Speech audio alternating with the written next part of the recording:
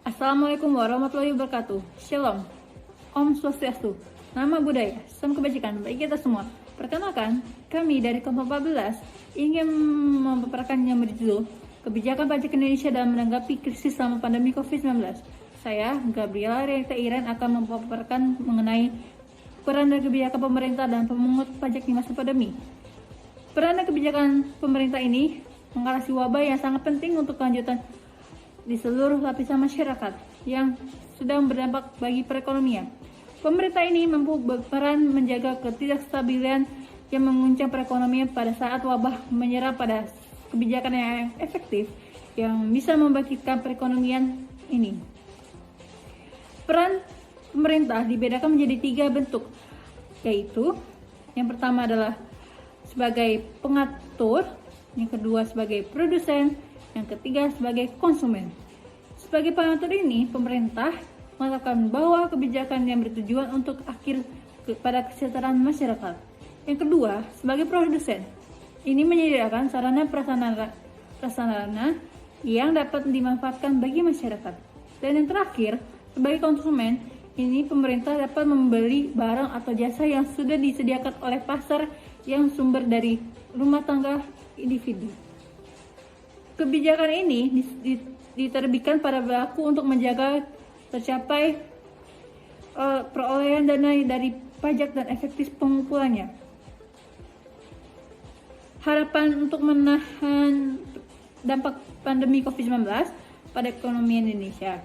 Kebijakan dari penurunan tarif pajak pendapatan wajib pajak badan, pernyataan bahwa kebijakan langsung ini diatur oleh pemerintah yang sasarannya langsung untuk membantu wajib pajak terkena dampak COVID-19.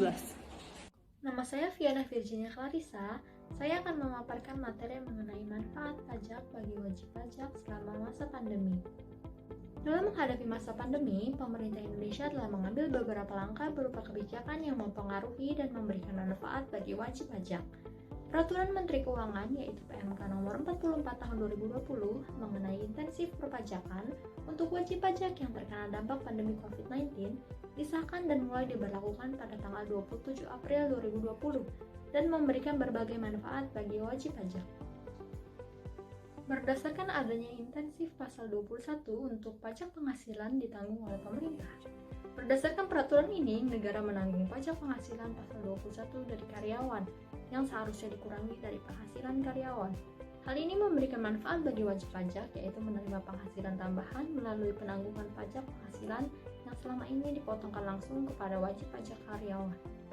Yang kedua, pajak penghasilan atau PPh final ditanggung pemerintah untuk UMKM. Intensif ini ditujukan bagi wajib pajak yang memiliki angka penjualan di bawah 4,8 miliar berupa pajak penghasilan final sebesar 0,5% ditanggung oleh pemerintah atas total peredaran bruto.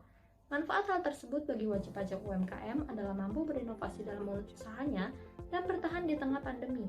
Intensif pemerintah ini bisa menjadi tambahan modal bagi usaha pada saat pandemi seperti ini.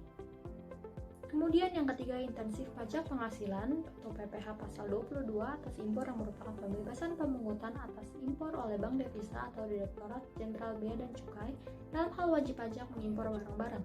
Dalam hal ini, wajib pajak yang menerima intensif dari pajak penghasilan atas impor berdasarkan pasal tersebut mendapatkan manfaat yakni pembebasan pajak atas pembelian barang dari luar negeri yang tujuannya pada akhirnya yaitu untuk memutar roda impor Indonesia agar dapat bekerja dan menjaga kestabilan neraca perdagangan.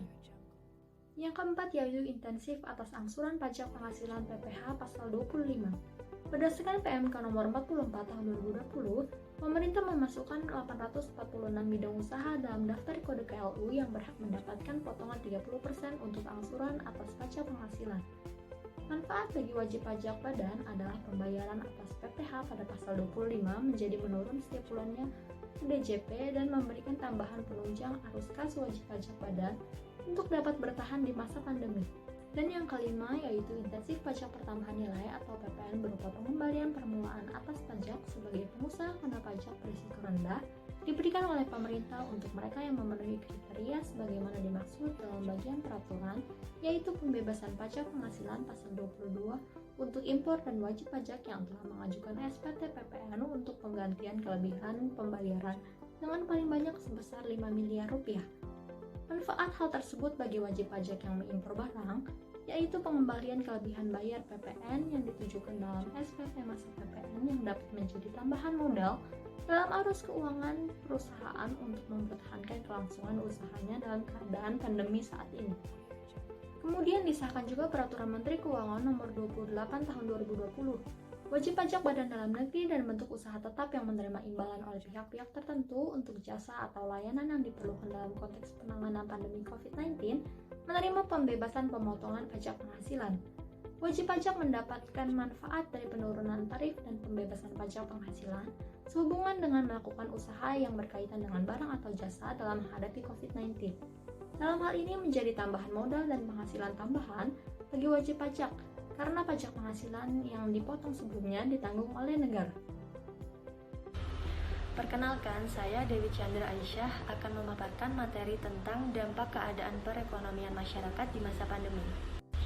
Sejak wabah COVID-19 menyebar, ekonomi berubah secara dramatis.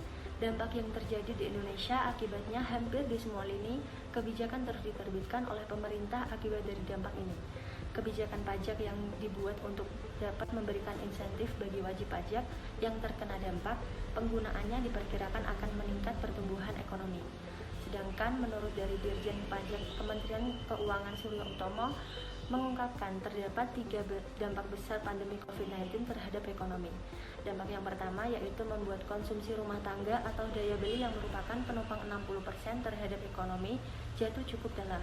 Hal ini dibuktikan dengan data dari BPS yang mencatatkan bahwa konsumsi rumah tangga turun dari 5,02% pada kuartal 1 2019 ke 2,84% pada kuartal 1 tahun ini. Selanjutnya, dampak yang kedua yaitu pandemi menimbulkan adanya ketidakpastian yang berkepanjangan, sehingga investasi ikut melemah dan serta berimplikasi pada terhentinya usaha. Dan dampak yang terakhir yaitu seluruh dunia mengalami pelemahan ekonomi, sehingga menyebabkan harga komoditas turun dan ekspor Indonesia juga ke beberapa negara juga terhenti. Dampak pandemi COVID-19 ini sudah banyak yang mengganggu arus kas perusahaan. Pemerintah telah menyusun kebijakan agar dapat merangsang keadaan saat pandemi untuk semua lini yang terdampak mengalami penurunan atau perlambatan agar dapat kembali dan melaju menjadi stabil. Rencana yang telah diumumkan juga terkait meningkatkan batasan restitusi pembayaran kembali pajak yang telah dibayar oleh wajib pajak. Saat ini, restitusi maksimum untuk pajak penghasilan orang pribadi non-karyawan sebesar 100 juta rupiah, untuk wajib pajak badan sebesar 1 miliar rupiah, dan untuk pengusaha kena pajak atau PKP sebesar 1 miliar rupiah. Pelemahan usaha dan perlambatan pertumbuhan ekonomi pada triwulan 2 2020 ini terjadi cukup dalam, sehingga berdampak juga pada penerimaan pajak kita. Pemulihan ekonomi akan mulai terjadi pada triwulan 3 dan 4, yaitu salah satunya melalui peningkatan sinergi antara pemerintah dan para wajib pajak yang patuh dalam membayar pajak. Tentunya berharap bahwa pertumbuhan ekonomi di Indonesia dapat kembali tumbuh positif pada triwulan 3 dan seterusnya. Selanjutnya, mengapa keadaan perekonomian masyarakat di masa pandemi berdampak besar? Jika kita melihat awal mula terjadinya penularan virus COVID-19, yaitu negara Indonesia setelah diumumkan bahwa ada laporan kasus COVID-19 pada bulan Maret 2020, lebih tepatnya pada hari Senin tanggal 2 Maret 2020, yaitu 2 warga negara Indonesia telah terjangkit virus corona, tepatnya di kota Depok, Jawa Barat. Informasi ini secara langsung disampaikan oleh Bapak Presiden Joko Widodo. Menurut laporan WHO, pertanggal 15 Juni 2020 dilaporkan kasus COVID-19 di Indonesia tercatat sebanyak 33.277 kasus, yang mana menjadi negara kedua dalam kasus konfirmasi tertinggi negara terjangkit di ASEAN setelah Singapura sebanyak 40.604 kasus. Sekian pemaparan materi dari kelompok kami. Kami ucapkan terima kasih dan mohon maaf apabila terdapat salah kata. Wassalamualaikum warahmatullahi wabarakatuh.